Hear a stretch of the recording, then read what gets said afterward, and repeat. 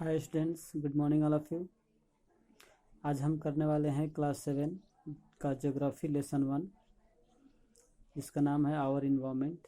ये इस लेसन का सेकेंड वीडियो है। इससे पहले मैं एक वीडियो और कर चुका हूँ। अगर आप नहीं देखें तो पहले उसको देख लें, इसके बाद इसे कंटिन्यू करें। तो आज का टॉपिक है व्हाट इज इकोसिस्टम। इकोसिस्टम क्या है? इकोसिस्टम को समझने के लिए पहले हम यहाँ एक एग्जाम्पल देख लेते हैं। इस एग्जाम्पल के माध्यम से हमको समझना आसान हो जाएगा इकोसिस्टम होता क्या है।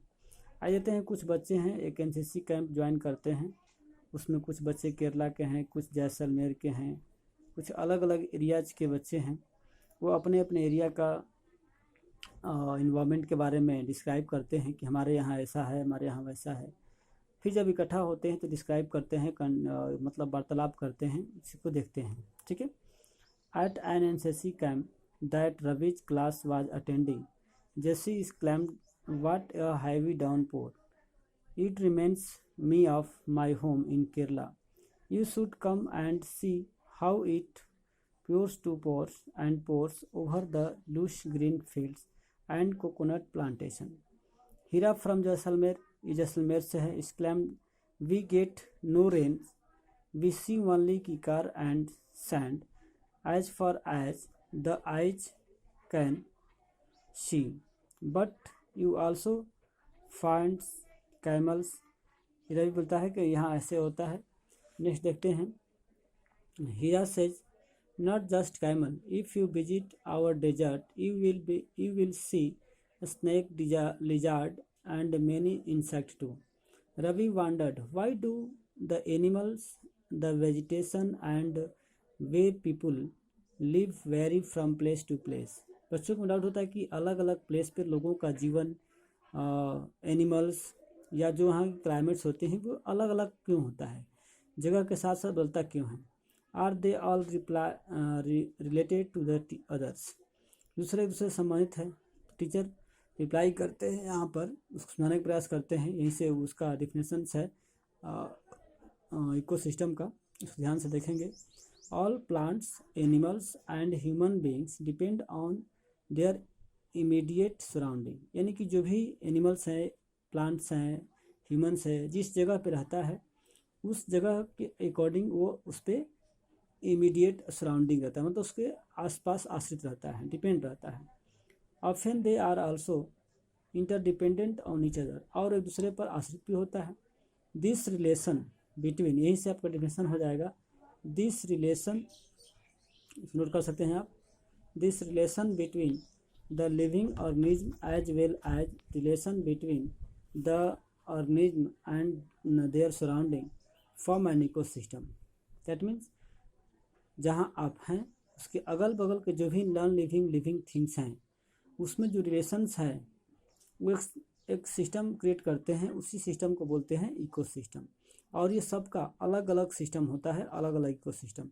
There should be an ecosystem a large rain forest, grassland, desert, mountains, lake, river, ocean and even a small pond, यानी कि सबका अपना अलग अलग इकोसिस्टम होता है। तो चलते हैं, देखते हैं। अब हम देखते हैं कि ह्यूमन इन्वायरमेंट क्या होता है। अभी हमने देखा कि नेचुरल इन्वायरमेंट में ऑल नेचुरल थिंग्स, जैसे like a plant, forest, mountain, lake, river, ये सब जो है इसका जो इन्वायरमेंट है इसको बोलते हैं नेचुरल इन्वायरमेंट। अब देखते हैं कि ह्यूमन इन्वायरमेंट क्या है। तो human beings interact with environment and modify it according to their need. जो मानव समाज है या मानव जातियां हैं वे अपने आवश्यकता के अनुसार इस इन्वायरमेंट को समय समय पर चेंज करते आया है, उसको प्रभावित करते आया है। जबकि early humans adapt themselves to the natural surrounding. They led a simple life and fulfill their requirements from the nature around them. With time, needs grew and become more varied. जैसे आदि मानव के बारे में बात हो रही है कि आदि मानव जो है बिल्कुल ही प्रकृति पर निर्भर थे। अपनी आवश्यकताओं की पूर्ति करने के लिए वे 100% नेचुरल पर डिपेंड थे और नेचुरल से अपनी आवश्यकताओं की पूर्ति कर लिया करते थे।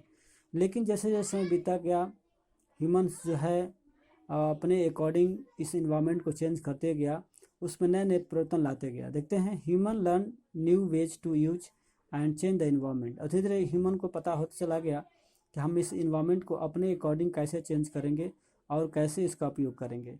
दे learn how to grow crops, domesticate animals and led settled life. The wheel was invented, surplus food was produce, barter system. Barter system क्या है? Barter system is a medium of exchanging their goods with goods. यानी कि barter system एक system होता है जिसमें कि क्या होता है कि खरीद बिक्री या लेन देन की प्रक्रिया जो होती है आपस में सामान से सामान लोग बदल लेते हैं, इसी को बोलते हैं बार्टर सिस्टम। ओके, इसको देख लेना। तो देखते हैं कि water system trade started and commerce developed, industrial revolution enable large scale production, transportation become faster, information revolution and made communication easier and speedy across the world. ये धीरे धीरे जो है जैसे जैसे डेवलप जैसे आवश्यकता होती गई ह्यूमन की, वैसे वैसे अपने अकॉर्डिंग जो है इन्वायरमेंट में चेंज करके उन्होंने अपने आवश्यकता के अनुसार जो है चीज़ों को डेवलप किया। जैसे आप यहाँ देखें कि सिस्टम व्हील बनाया, मतलब फूड बिजनेस स्टार्ट किया, इंडस्ट्री बैठाया, रोड कंस्ट्रक्शन ट्रांसपोर्ट के माध्यम बनाया, यानी कि अलग अलग तरह के चेंज किए अपने सुविधा के अनुसार और इन्वायरमेंट में चेंज करते गए।